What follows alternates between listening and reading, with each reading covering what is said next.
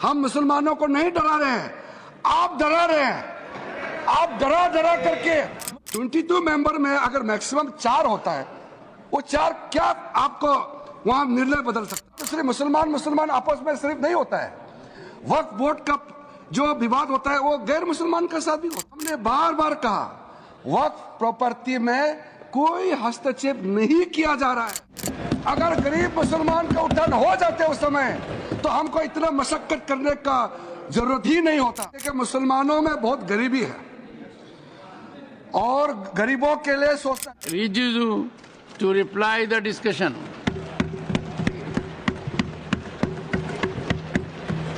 आदरणीय सभापति महोदय, अभी जब मैं लॉबी में आ रहे थे, पूरा विपक्ष के साथियों ने हाथ जोड़ करके कहा कि तारीख बदल गए हैं, अब कितना जल्दी वाइंड अप करना है। तो मैंने कहा इसके बाद और एक बहुत ही महत्वपूर्ण लेजिस्लेटिव बिल है, बिजनेस है, तो हम बहुत संक्षेप में अपना बात को रखूंगा। मुझे दबाव तो दिन में तो डाला गया था कि मंत्री जी जब रिप्लाई करेंगे ये पॉइंट को रिप्लाई करना है करके हर एक मेंबर ने सवाल पूछा, क्लैरिफिकेशन भी मुझसे पूछना चाहा और साथ साथ आरोप भी लगाया। मेरा समस्या ये है कि कल को ये नहीं कहना चाहिए कि मैंने आपका सवाल का जवाब नहीं दिया है, और ऐसा भी बाहर नहीं फैलाना चाहिए कि सबका बात मैंने नहीं सुना या सरकार सुनता नहीं है, ये भी नहीं कहना चाहिए। क्योंकि जब ये बिल इनिशियली ड्राफ्ट हुई थी, वक्फ अमेंडमेंट बिल, ओरिजिनल आप ड्राफ्ट को देखेंगे और आज जब फाइनल ड्राफ्ट ये अमेंडमेंट बिल हम पास कर रहे हैं, उसमें कितने चेंजेस लाए हैं। अगर हम नहीं सुनते, अगर हम जो ड्राफ्ट किया वही पारित करता, किसी का सुझाव को हम मंजूर नहीं करता, तो बिल का पूरा स्वरूप ही अलग होता। हम तो सुनने वाले लोग हैं, चर्चा करके सबका सुझाव को समावित करके हम आगे बढ़ना चाहते हैं। इसलिए शुरू का ड्राफ्ट बिल और आज जब फाइनल राज्यसभा में पास कर रहे हैं, उसमें कितना अंतर है।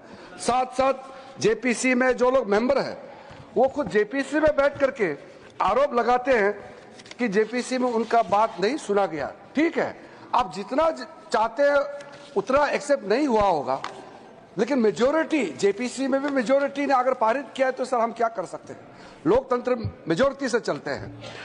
ये तो हो नहीं सकता है कि जिसको कम सीट मिला है उसका हिसाब से सरकार चलेगा, ये तो हो नहीं सकता है। ये लोकतंत्र का ही नियम है, जिसका मेजोरिटी है वही सरकार होते हैं, और जेपीसी या कोई भी कमेटी है जो मेजोरिटी होता है वही प्रिवेल करते हैं। लेकिन फिर भी कई सुझाव है जेपीसी का मेंबर्स को मैं फिर से याद दिलाना चाहता हूं। आप लोग का कहने पर ही जो existing work property by user में हमने प्रोस्पेक्टिव किया है, और जो रजिस्टर्ड जो प्रॉपर्टी है जिसका वेल डॉक्यूमेंटेड है उसमें छेड़छाड़ नहीं करेंगे, ये आपका सुझाव पर हुआ है। और आपने कलेक्टर का जब रोल होता है, किसी भी डिस्ट्रिक्ट में विवाद होता है तो कलेक्टर देखता है, फिर भी आपने कहा कि कलेक्टर को खुद मत रखिए। जब सरकारी जमीन का कोई विवाद होता है वक्फ बोर्ड के साथ, तो कलेक्टर खुद अपने केस का फैसला नहीं होना चाहिए, वो भी आपके कहने पर कलेक्टर से ऊपर का अधिकारी को बनाया। ये भी आपके जेपीसी का मेंबर्स का रिक्वेस्ट है। जब आप डिटेल पोर्टल में फाइल करता है, तभी आपने मांगा था कि इसका एक्सटेंशन टाइम दिया जाना चाहिए। हमने आपने जैसे सुझाव दिया हमने माना है, और अनरजिस्टर्ड वक्फ को एनफोर्स करने के लिए जो 6 मंथ्स टाइम दिया उसको एक्सटेंड करना चाहिए, आपने मांग किया, वो हमने माना है। उसके बाद में सेंट्रल गवर्नमेंट को जो कंट्रीब्यूशन देने के लिए जो रेट फाइनलाइज करना है मुतावाली का, वो फिक्स करने के लिए आपने कहा, वो हमने किया है। 3 मेंबर होना चाहिए ट्राइब्यूनल में, वो भी जेपीसी का रिक्वेस्ट है, हमने माना है। उसका कई और है, मैं समय को बचाने के लिए इतना ज्यादा पढ़ के नहीं बताना चाहता हूँ। हमारा बिहार का साथी उपेंद्र कुशवाहा जी ने आखिरी में जो पॉइंट बोला उसको जोड़ते हुए कि मैंने सुबह सर जब ये बिल पेश किया था तब बहुत डिटेल से मैंने बताया, हालांकि मैं 1 घंटे से थोड़ा कम बोले, लेकिन मैंने शुरू में कहा कि मेरा बात को ध्यान से सुनिए और बाद में मेरा कहने के बावजूद भी आप जबरदस्ती चीज को मत दौड़ाइए। मैंने कहा था फिर भी अध्यक्ष महोदय फिर दोहराया गया है। हमने कहा कि सेंट्रल वर्क काउंसिल में 22 मेंबर्स रहेगा, उसमें एक्स ऑफिशियल चेयरमैन को मिला करके 4 से ज्यादा नॉन मुस्लिम हो ही नहीं सकता है। बताने के बावजूद भी आपने कहा कि गैर मुसलमान मेजोरिटी हो जाएंगे। मैंने पढ़ के बताया डिटेल, और स्टेट वक्फ बोर्ड का भी बताया कि 11 मेंबर का बोर्ड में 3 से ज्यादा नॉन मुस्लिम हो ही नहीं सकता है, पाबंदी है। फिर भी आप बोलते हैं जबरदस्ती नॉन मुस्लिम को मेजोरिटी करके कब्जा करने जा रहा है। तो इतना स्पष्टता के साथ पूरा आपके सामने में बात रखने के बावजूद भी दिन भर आप एक ही चीज को बोलते रहे। एक एक नाम लेकर के मुझे बोलने का बहुत मन हो रहा है, लेकिन समय के चलते मैं क्या करूं सर, नहीं तो एक एक हमारे माननीय सदस्यों का मैं सटीक जवाब देने के लिए उत्सुकता से मैं बैठा हुआ था। लेकिन 12 बजे के बाद धीरे धीरे मुझे भी लगा कि शायद इतना सुनने का क्षमता नहीं होगा, मैं और टॉर्चर नहीं कर सकता हूं, इसलिए मैं ज्यादा तो नहीं बोलूंगा। लेकिन सर सिर्फ मैं आज बड़ा जो 2-3 पॉइंट है सिर्फ वही मैं बोलना चाहता हूं कि हमारा बड़े बड़े वकील भी आए, अच्छा लगा, आज सुनने के लिए बैठे हैं। एक एक तर्क को मैं अगर जवाब देता तो मुझे भी अच्छा लग रहा था। मल्लिकार्जुन खड़गे जी का भी बड़ा पॉइंट था, जवाब देने का मन था, लेकिन इतना किस को मैं जवाब दूं। लेकिन मैं सबसे पहले ये कहना चाहता हूं, एक बड़ा पॉइंट मैं सोचा कि सबने पूछा कि मुसलमान है तय कैसे होगा, मतलब how to decide, who to decide who is a Muslim. तो अभी हम लोग जितना बैठे हैं नास्तिक हो सकते हैं कोई, लेकिन अदरवाइज तो सबने किसी ना किसी धर्म को तो लिखा है। कोई बौद्ध लिखता है, कोई क्रिश्चियन लिखता है, कोई हिंदू लिखता है, कोई मुसलमान लिखता है, कोई पारसी लिखता है, सब लिखता है। तय कैसे होता है बताइए? अभी आप तय कैसे करते हैं? आप कौन सा धर्म का है? वैसे ही होगा इस्लाम का भी। इसमें अलग से इतना टेंशन होकर सोचने का विषय ही नहीं है। जैसे अभी तय होता है आप किस धर्म का है, वैसे ही तय होगा एक प्रैक्टिसिंग मुस्लिम अपना वर्क क्रिएट करने के लिए। उसके बाद सर फिर तो मेरा जवाब लंबा होगा। आप अगर ऐसा ही रवैया होगा तो अभी मुझे आकर के जो समझाया, रूल्स में आएगा। हाँ बिल्कुल, फिर रूल्स में आएंगे, मैं तो जवाब देना पड़ेगा। फिर आप मत बोलिएगा कि कम कीजिए बोलना। देखिए सर, आज आप लोग ने बार बार एक बात को दोहराया कि मुसलमानों के बारे में आप क्यों चिंता करते हैं, और बोलते हैं कि बीजेपी और हमारे एनडीए वालों को बीजेपी का बारे में या मुसलमानों के बारे में बात करने का अधिकार नहीं है। तो आप चाहते हैं कि देश के लोगों ने मोदी जी के नेतृत्व में सरकार बनाया, आप चाहते हैं कि ये सरकार मुसलमानों के लिए काम नहीं करना चाहिए। आपका सोच कैसे, आप खुद सोचिए।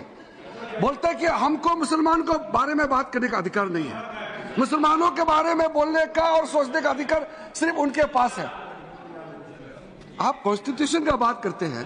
भारत का जो सरकार है, किसी को धर्म के आधार पर तो आप अपना काम नहीं कर सकते।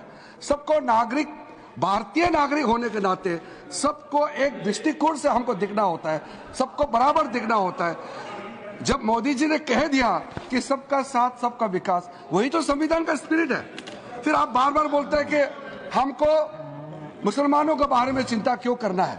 तो आप बताइए, मुझे एक चीज का जवाब दे दीजिए, अभी नहीं, आप सोच के बाद में जवाब दीजिए। आप कहते हैं कि मुसलमानों में बहुत गरीबी है और गरीबों के लिए सोचना चाहिए। इस देश में आजादी से लेकर के लगभग 60 वर्ष तक आपने सरकार चलाया, विशेष करके कांग्रेस पार्टी। तो अगर मुसलमान गरीब है, मुसलमानों में गरीबी ज्यादा है, तो किसने बनाया? आपने बनाया। उसको ठीक करने के लिए नरेंद्र मोदी जी का नेतृत्व में हमको काम करना पड़ रहा है।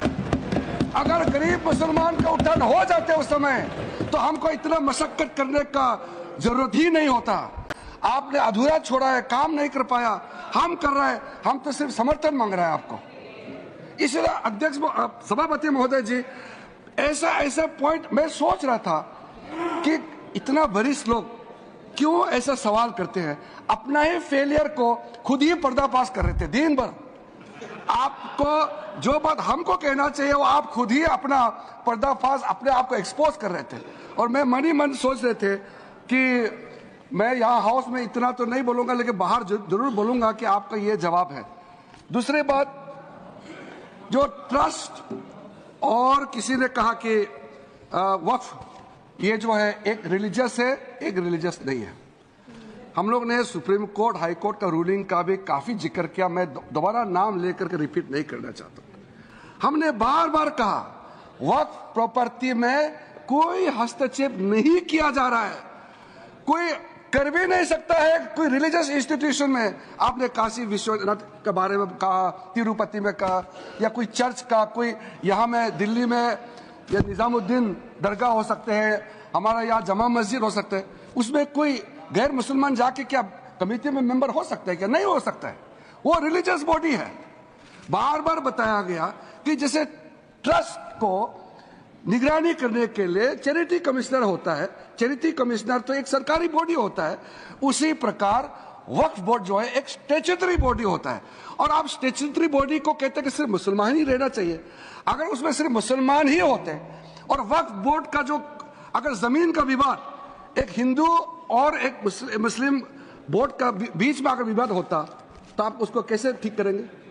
क्योंकि विवाद तो सिर्फ मुसलमान आपस में सिर्फ नहीं होता है। वक्फ बोर्ड का जो विवाद होता है वो गैर मुसलमान के साथ भी होता है। तो आप चाहता है कि इसका निर्णय ट्राइब्यूनल और वक्फ बोर्ड में सिर्फ मुसलमान ही बैठे और हिंदू का साथ विवाद होगा, बाकी किसी धार्मिक ग्रुप के लोगों के साथ विवाद होगा, तो तय कैसे होगा? ये जो गवर्नमेंट का स्टैट्यूटरी बॉडी होता है ये सेकुलर होना चाहिए, इसमें सब लोग बैठना चाहिए। फिर भी हमने कहा कि रेस्ट्रिक्शन किया है कि यहाँ इतना ही गैर मुस्लिम हो सकता है। मेजोरिटी अब 22 मेंबर में अगर मैक्सिमम 4 होता है, वो 4 क्या आपको वहां निर्णय बदल सकता है? वो सिर्फ योगदान कर सकता है, अपना एक्सपर्टाइज दे करके वहां काम करने का वैल्यू को बढ़ा सकता है।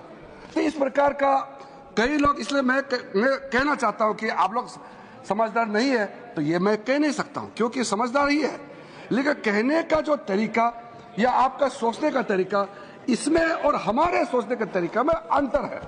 अदरवाइज सर, मल्लिकार्जुन खड़गे जी ने तो कितना बात कहा, लेकिन वरिष्ठ नेता है, सुबह भी बड़ा दुख के साथ उन्होंने कहा मैं जवाब देना चाहता, तो हमारा एक साथी ने डिस्टर्ब किया इसलिए नहीं बोला। मैं बहुत इज्जत करता हूँ, जवाब देना चाहता हूँ, लेकिन हमको मत बोलिए कि मंत्री जी ने मेरा किसी पॉइंट का जवाब नहीं दिया, क्योंकि आपका पॉइंट जवाब देगा तो बहुत लंबा हो जाएगा।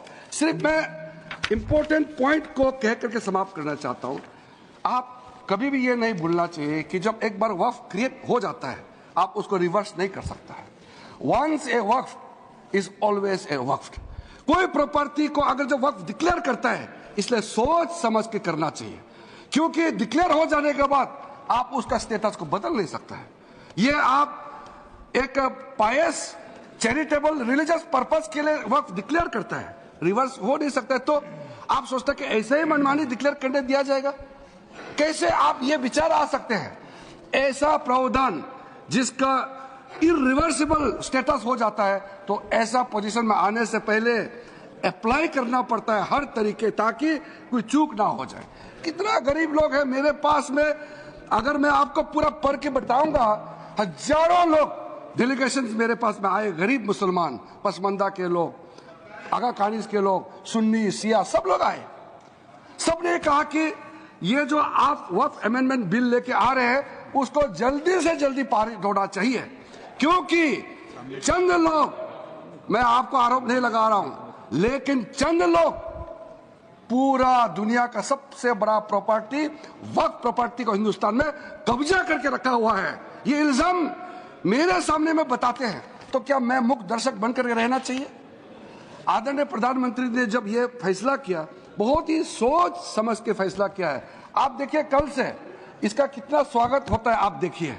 इसलिए आप इतना हमको डराया बोलता है, मुसलमानों को डराया।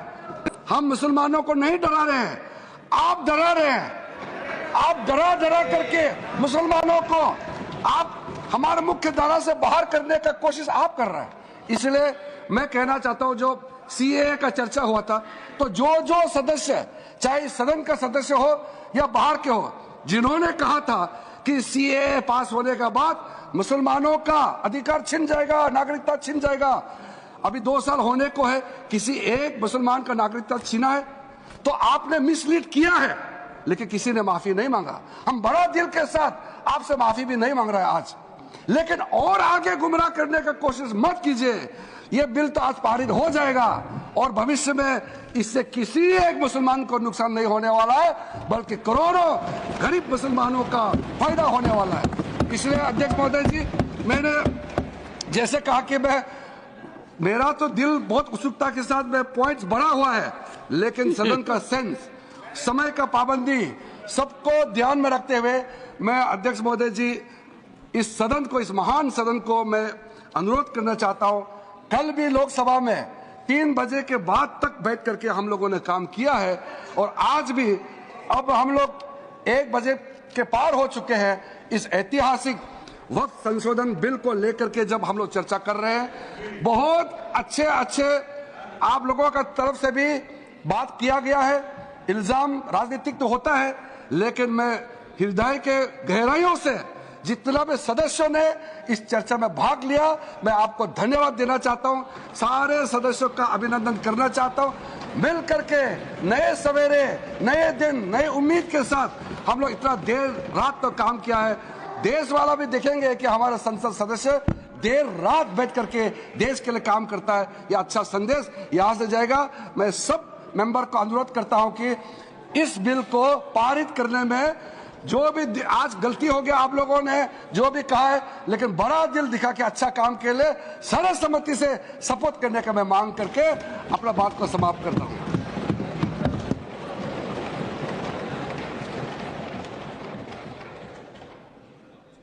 I shall first put the motion regarding